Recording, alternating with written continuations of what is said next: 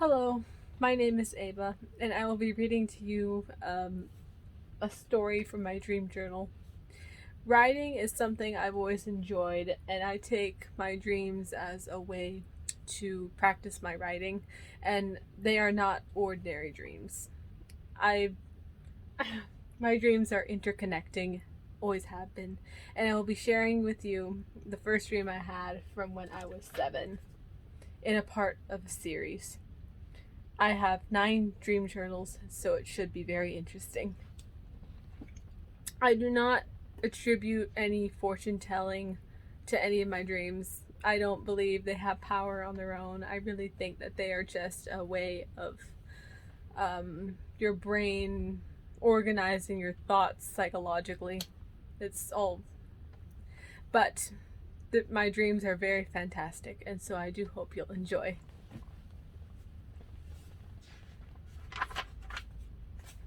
Introducing the longest note I have ever written in a journal.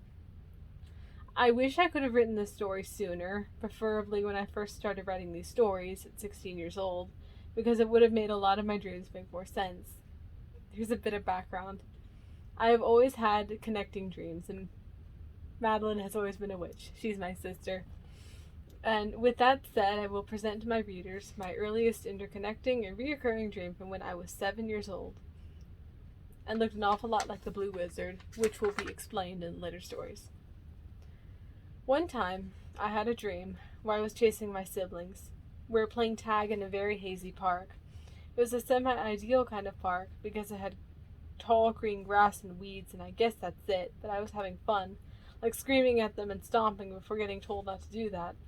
Gnats buzzed into the tall weeds, and the gray sky signaled uncertain rain. Before long, Lorenzo and Mary, my brother and sister, grew thirsty and went away to go find water. I assumed there was some in the car or a fountain nearby. So very disappointed because I knew we were probably going to leave soon. I looked up at Pawnees, which is my nickname for Madeline. But Madeline turned away and started heading the opposite direction that Mary and Lorenzo headed, as if she saw something. I ran to her.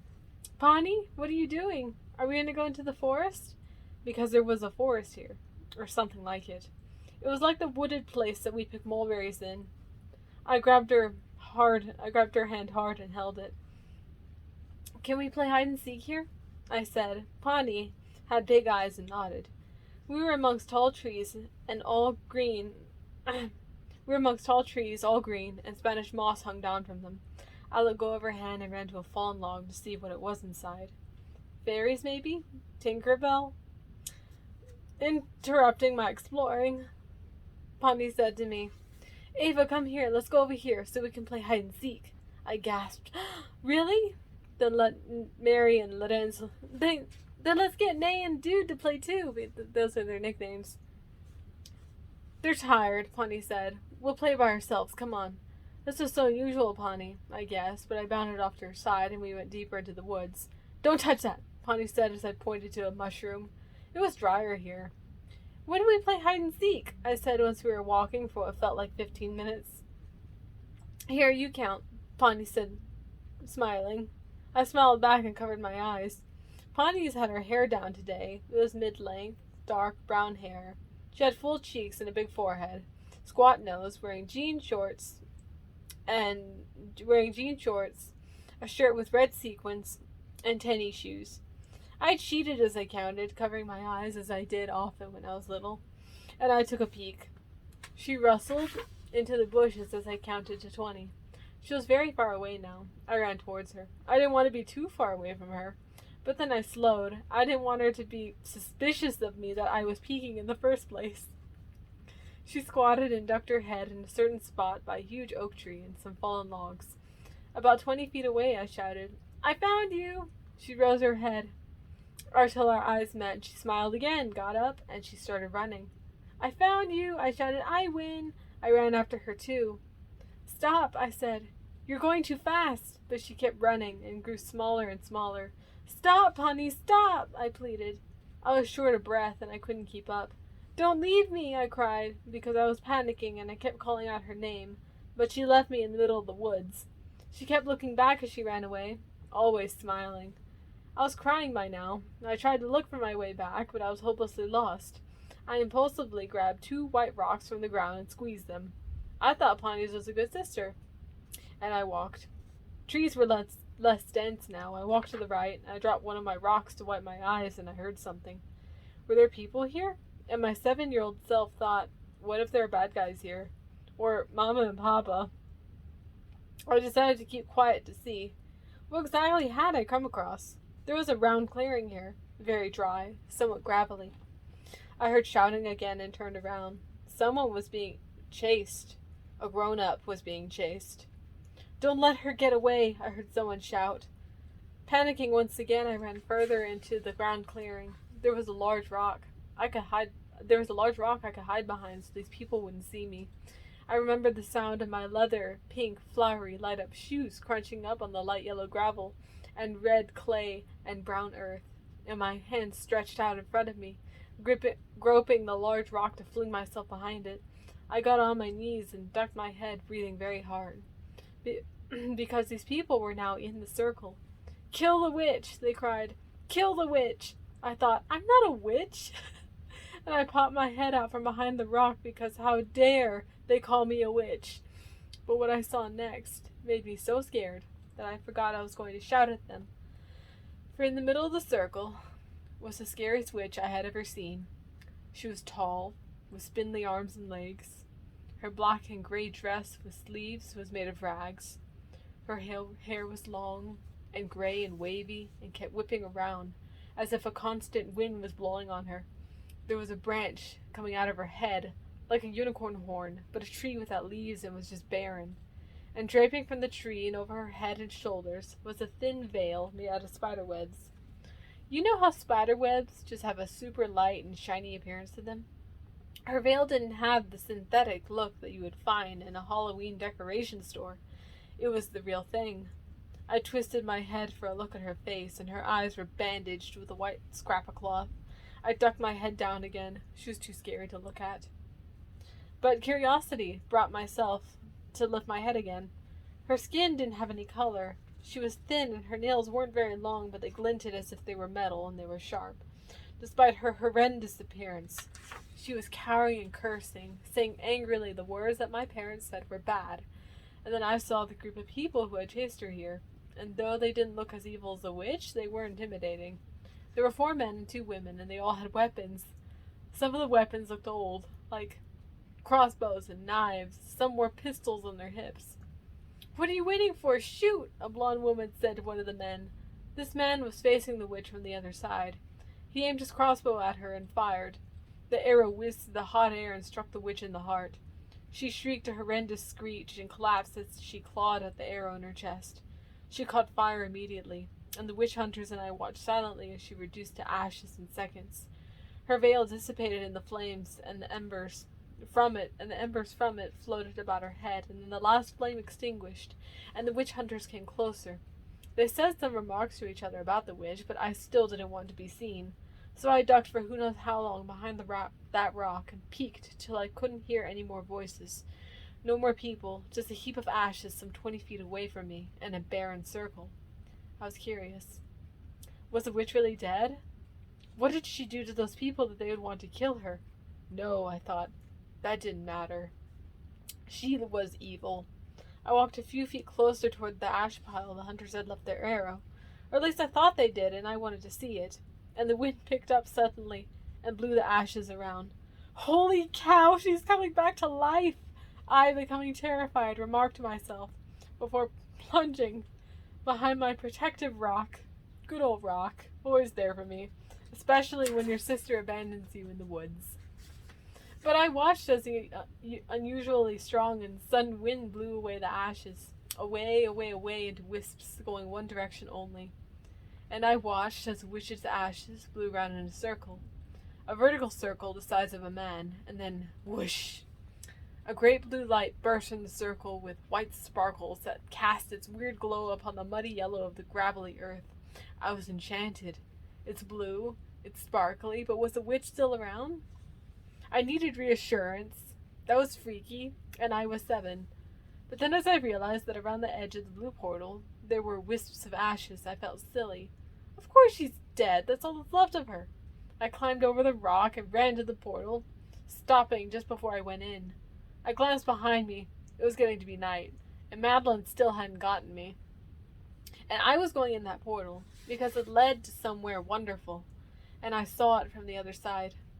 I stepped in, and there was the greenest grass, and trails, and hills, and mushrooms, and flowers, and toadstools. My trail, about 2 feet wide, had fresh mulch patted down splendidly. About 5 feet into the left, down the trail, was a group of about 5 mushrooms. The largest mushroom was of a red toadstool with white spots, and it was almost as tall as me. And I was yay tall. I don't know. Like, it says that right here. There's like a blank spot where I wrote that. But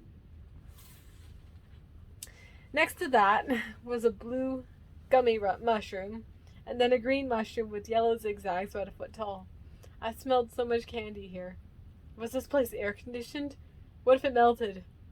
But also, it was sunny here. Was that alright for candy? Who cares? I saw that there were giant lollipops growing like trees here in rainbow colors. I instantly picked a blue raspberry lollipop from the ground and then jumped to clamber up to the red toadstool. I saw butterflies and itched so much to catch them. But that would mean jumping off the toadstool. And I didn't want to climb up again. Then I noticed there were no ordinary butterflies here. Well, yeah, some of them, but a couple of them were fairies. And they were so beautiful. I didn't know how to take it. I drooled and thought that I died and went to heaven. And I slid off the mushroom and thought I should go find Jesus to let him know I was here. But first, I wanted a fairy friend. Hi, I said and waved to the little fairies. One of them was a blonde, curly-haired, beautiful young lady about 6 inches tall. And the other was a Hispanic little girl who was chubby-cheeked with long hair and a flower crown. They ignored me. Hi, fairies, I said. I want to be your friend. The fairies, playing with the butterflies, took more notice of me and then looked surprised to see me, and quickly flew away. A little girl, they said, and zoomed off. Well, that wasn't very nice. Hey, I said, I just want to be your friend. And I strode down the path to have a word with them. Most likely just to get after them for being so mean to me and rude. I figured I'd run into Jesus along the way. But then I got distracted by a gigantic snail sliding down a gigantic leaf attached to a gigantic red hibiscus flower, spotted with sapphire blue and black butterflies, and I thought, if Pawnees ever came back for me, I wouldn't go with her, because I'm staying, and nobody was going to take me away. Then I thought, unless Mom tells me to otherwise, Jesus would kick me out. The snail kind of grossed me out a little bit, but I figured it would be something that Mary would like. But still, I turned around to go back on the path and find other wonders. Little hills like the Japanese tea gardens, with the smallest cottages like doll houses placed on top. And I wondered whether my mom could buy me one. But if they were real little people in there, I don't think that they would like that. Then I spotted a gnome and he creeped me out, like a fleshy doll with a real nose and body. He had a garden hoe and was standing outside his house just watching me. I ran back. I heard little voices in the grass. I checked in the grass. I must have taken a wrong turn somewhere because that huge hibiscus flower was gone.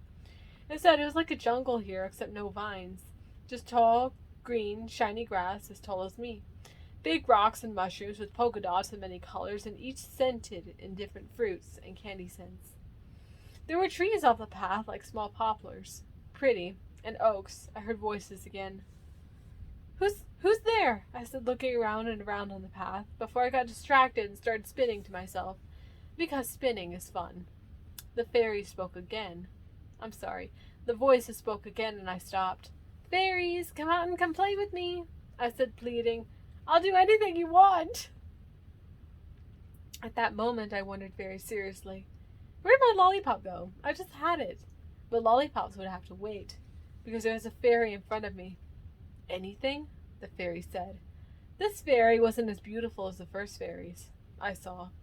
A fairy! I shouted and impulsively reached for it. My hand repelled it like a magnet. It giggled and flew around, and I didn't know the gender. It wore a hat, had dragonfly wings, thin arms and legs, lanky, drab clothes, and a white flower. It had gray skin. With a light voice, she said anything. Another fairy with green skin and a white outfit said, anything? I looked to my right. There was a third fairy with short blue hair, purple skin, and a gray outfit. I responded to the others. She tried to touch you. You can't touch us, little girl. It flew up to me, and I could hear them giggling. I looked behind me where a yellow-skinned, orange-haired, and green-clad fairy with Chichata wings said, Not yet. You can't touch us yet. My mind flooded with memories of getting told not to touch things, and I grew angry. The fairies spoke to each other in a strange language I couldn't understand. Why not? I asked. They smiled knowingly to each other. Follow us, they said, and they started flying. I chased them, and they flew down the path, and I ran, so confused. First they don't want me to touch them, and now they want me to catch them. Make up your mind, I shouted. I was chasing them because I was angry, and partly because it was fun.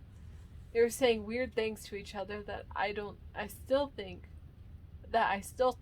don't think makes much sense. Like, the one to my right said, I will be her western light. The one to the left of me said, I will be your eastern wind. The one above me said, I will be your morning sun. The one behind me said, I will be your southern star. I'll be your eastern morning sun. What? Behind me said, I will be your southern star. And the last one, the brown one, with lanky arms and legs, said, I will fly on your northern path. And while chasing them, I realized that I needed wings. It would be so much easier. I knew just what I wanted now. Bump. Just like that, I bumped into something. When I looked up, I saw a person in white. Jesus? I gasped. This wasn't Jesus. It was a pretty young lady. She was gently holding my shoulder as she got on one knee, to be at my height. My small fairies left, and I didn't know why. The young lady said to me, Whoops, are you all right? I nodded. Sorry, I said. Another woman in purple was watching. The young lady, who looked 16-ish in white, said next, Where's your mother? I shrugged. Are you all fairies? Real ones? The fairies looked at each other, thinking, We could find her for you? Are you lost? I walked behind one of them to see if I could find where their wings were attached. I didn't want them to send me back. Not yet, I said to them. I want to be a fairy. They have real wings, and each of those girls flap them. And have wings just like you, I added, and reached out to touch the white wings, but in vain. She drew them away. Both her eyes lit up. The white one had light-colored hair that was curled and mid-length. The purple one had long black hair with a pointed purple flower hat, very blue eyes, delicate frame, and purple flower dress with black veins. The first one smiled gently and said to her friend, Oh, then we must take her to the queen. They both nodded slightly. To the fairy queen? I shouted, so excited out of my little mind. To be a fairy? They said, Yes, in sweet voices I was so not used to. Not that I'm not used to people talking to me nicely. It was just too pretentious. Come with us to see her. And they rose and went a ways away, and I followed. But slowly, I still had questions. Walking beside the fairy in the white dress, both fairy girls were barefoot, but I didn't question it. So I grabbed her hand and said, The fairy can turn me into a fairy? I thought only Jesus could do that. Both fairies looked at each other sharply as if I said something wrong. Do you know Jesus? The fairy whose hand I was holding lifted her arm and cast me off in a direction. Meet Her Majesty, the Fairy Queen. And both fairies curtsied quickly. Looking ahead, I saw a very glamorous fairy woman, but I didn't bow. Hi, I said. I want to be a fairy. But I was still determined. She looked as if she was still having a conversation with another young fairy lady. The queen wore a very sparkly pink and green, translucent lace dress with a gold sash over her shoulders, a high silver and diamond tiara, pink lips, and bright blue eyes. She looked younger than the fairy who led me here. Now that I think of her face, she must have been 14-ish, but she acted like an adult. Looking at me sideways before turning away from another fairy in blue, she said, Hello, where did you come from? But the fairies who led me here, the two of them overtook the queen and explained everything, when I noticed that the queen had a golden scepter made of jewels and gold filigree wire. I saw my small, weird fairies watching from behind the bushes. Whatever. I picked a red lollipop from the ground and went up to the queen. I'm here because of Pawnee's my sister. But I like y'all better. You're better than my sister. They giggled. The queen said, Thank you. Is your sister here? I said, No, she left me. The fairies looked at each other. The queen said to me, "What is your name?" "Ava," I said. "Ava Nerio," trying very hard to roll the R in Nerio. The queen didn't have wings. I got nervous and took the lollipop out of my mouth. "Am I going to be a fairy?" I asked. The young queen said, "Yes. Girls, show her the papers for her to sign." And now the fairy in blue came forward with papers, and they led me to a little house that had the door open. It was a cute house with flowers in the windows, and a bright red door, and roof with blue edges. The house itself was white. Inside, it was a middle-aged woman behind a counter. The fairy in blue stepped forward and gave her the papers. I panicked once again. Was I just tricked into going to the dentist? They spent a long time convincing me that this was not the dentist. And they handed me a red crayon. It had to be red for some reason. There was a great fuss over it.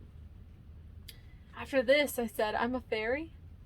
The fairy at the counter smiled and nodded, showing me where to sign, but that didn't really matter, because I filled that page front and back with the glorious lines to my glorious name.